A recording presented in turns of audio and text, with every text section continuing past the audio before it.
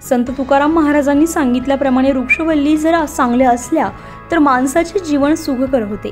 दृष्टीहीन मनुष्य ईश्वराने निर्माण केली सुंदर सृष्टी तो पाहू शकत नाही आणि त्याचा आनंद घेऊ शकत नाही। ईश्वर कृपेने ज्यांना ज्यांना दृष्टी मिळाली आहे ते भाग्यवान आहेत। धकाधकीच्या जीवनामध्ये वयोमानामुळे खाण्यापिण्याचे पथ्य न पाळल्यामुळे ज्यांची दृष्टी गेली आहे त्यांना सगळे जग संपल्यासारखेच वाटते।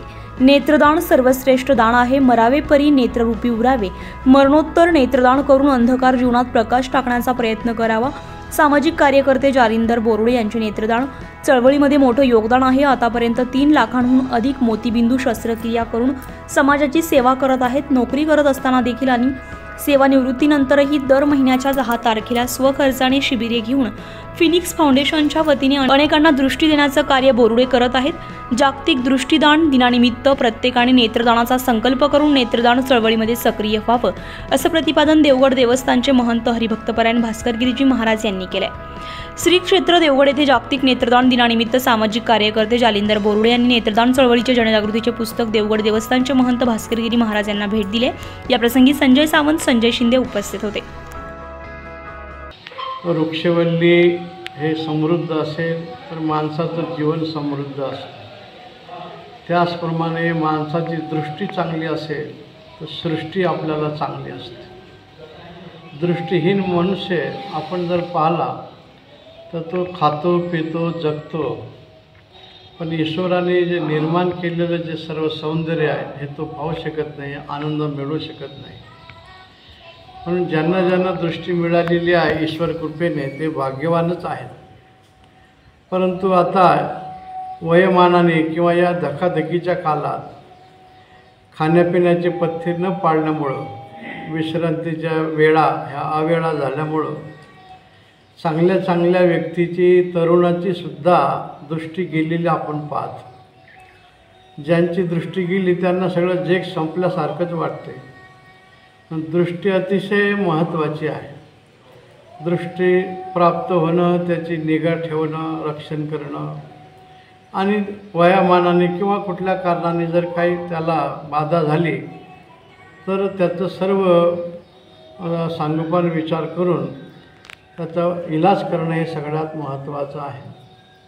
आणि आज आपण तर पाहतो नेत्रदान हे सर्वश्रेष्ठ दान असं मानलं जाते। बरीचशी मंडळी आपल्या मृत्यूच्या अगोदर लिहून ठेवतात की माझे नेत्र हे मला दान करायचे आहेत, आणि त्या गेल्यानंतर काही अवधीमध्येच सर्व डॉक्टर मंडळी येऊन त्यांचे नेत्र आणि ज्यांना ते दिल्या जातात त्यांना ती दृष्टी प्राप्त होत राहते। पण मरावे परी कीर्तिरूपी वरावे हे जसं वाक्य आहे तसं मरावे परी दृष्टीरूपी वरावे असे आपल्याला म्हणायला हरकत नाही। दृष्टी अतिशय महत्त्वाची आहे आणि ती दृष्टी ज्या ज्या व्यक्तीची गेलेली आहे त्यांना माहीत, त्यांचं दुःख आपल्याला त्यांनाच माहीत आहे, आपल्याला जेवढं कळू शकत नाही।